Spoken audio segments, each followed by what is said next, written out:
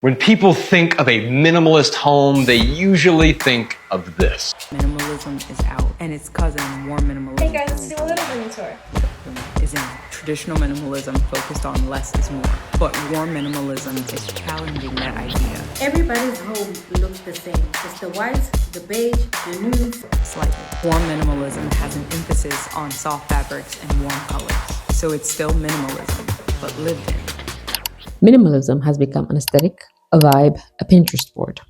A house so empty that when you breathe, it echoes. A house where you're afraid of putting a glass on the table because it might ruin the visual balance. It's supposed to make you free, but somehow it's making people buy more. Today we're talking about how aesthetics have completely warped the meaning and purpose of minimalism, why simple living has turned into a luxury brand, and, to be honest, the average person isn't even the problem.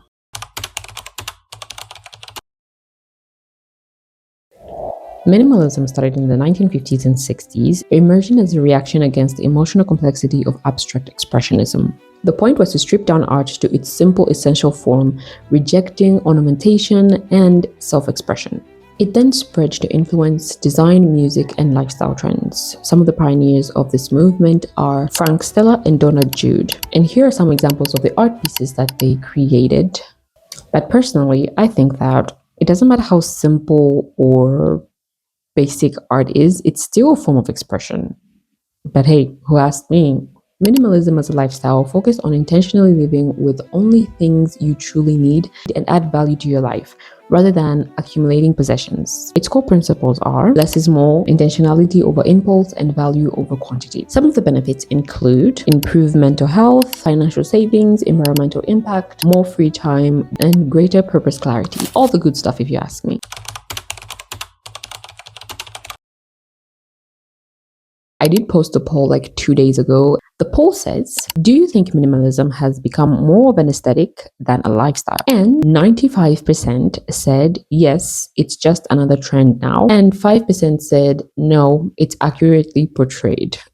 So how did it become an aesthetic trap? Social media doesn't reward depth. It rewards picturesque vibe. Minimalism stopped being about owning less. It became about owning the right kind of less. If it's not white, beige, gray, or Formoji, that's not minimalism, babes. You're just a povo. Minimalism is just rich people cosplaying poverty. If you have money, this is minimalism. If you're poor, this is just failure. Minimalism itself is not the problem. The issue is how it's been repackaged as a luxury identity. We started seeing white walls, empty countertops, perfectly folded beige sweaters, clean girl skincare shelves, $400 linen pants, and everything Apple. The pursuit of the minimalistic look can often lead to you buying carefully selected items that are often expensive to fit the aesthetic. This can lead to overconsumption under the guise of anti-consumeristic philosophy. In a Medium article published by Aisha Abed, titled The Philosophy of Minimalism, A Journey to the Depth of Aesthetics and Ethics in Less is More. She goes on to say, minimalism has unfortunately been hijacked in many situations as a design movement rather than a philosophical way of life. Its critics argue that a lot of people adopt it for its visual appeal rather than for its deeper ethical and mindful persuasions. In some cases, minimalism can be turned into consumerism, just like any other form, with people buying minimalistic chairs, sofas, and all the other furniture and decor pieces just so they can fit into a certain look, rather than really simplifying things in life. There are hundreds of minimalistic products being advertised on social media, from furniture to decor to storage containers. And personally, I think the storage containers is the most unhinged thing, because why would you buy more stuff to store less stuff? Make it make sense.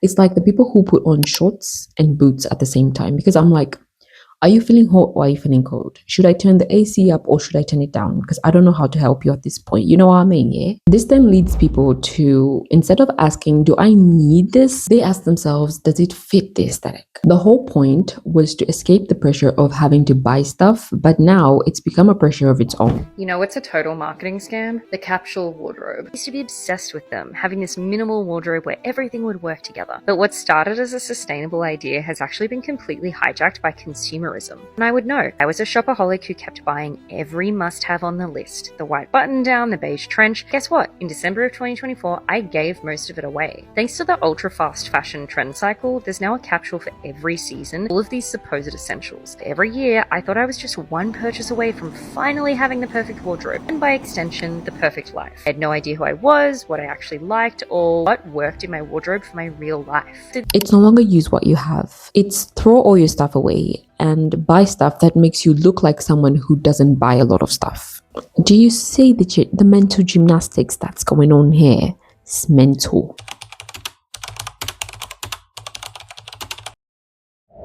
So let's move on to the green part of this conversation. And by green, I mean money. Don't we all love a little bit of Benji? I dream about him sometimes, you know what I mean? Yeah. To put it plainly, I would say minimalism is a luxury disguised as simplicity. The minimalistic aesthetic has become a subtle class signifier. Affluent individuals can display their wealth through stock empty mansions, high-end, logo-free luxury fashion, where the value is implied and not overtly displayed. Think Birkin bag versus a Gucci bag. Gucci bag has a logo, it's more noisy, whereas Birkin, if you know, you know. Minimalism has become synonymous with luxury, where you can't really talk about one without the other. And a good example is Kim Kardashian's minimalist monastery mansion. In an article published by DM Interior Design, it says, and I quote, "While Kim Kardashian and Kanye West are figuring out their future and whether they're going to stay married, their California suburban property, a phenomenal supernatural oasis of purity and light, remains one of the most inspiring minimalistic decorations of this generation." Yeah, this article was published like years ago. But the whole point of me quoting it is because until Kim's house tour was like released, you didn't, well, personally, I didn't really see a lot of like minimalistic design homes, maybe like in like Scandinavian inspired and stuff like that. Yes, but like extreme minimalism, like in like an example of like Kim Kardashian, I didn't really see it. And after seeing her house, that's when I saw like this minimalistic houses and like lifestyle and aesthetic really be pushed excessively on social media. Just in case you live under a rock and you probably haven't seen the house, here are some pictures of the house. Thank you so much.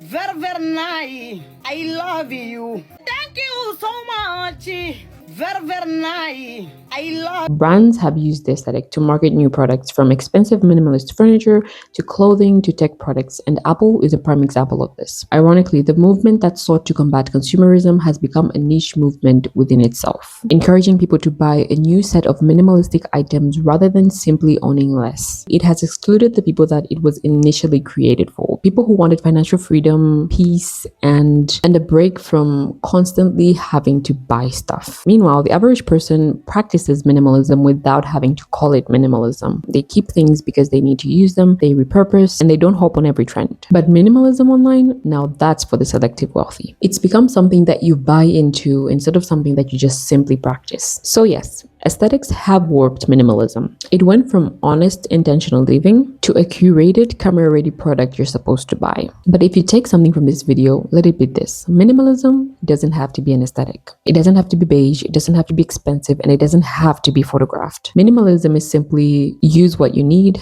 love what you use, and let the rest go without needing permission from the internet. If you enjoyed this video, don't forget to give it a thumbs up. And guys, I need to tell you something important. I'm a bit confused with my channel and like the type of content that I'm putting out. I love reaction content, like I love it, but I find that I ramble a lot and it's very repetitive, and to be honest, giving your opinion is fun and all that, but I want to be challenged more and like learn more and like, you know, share knowledge with you guys.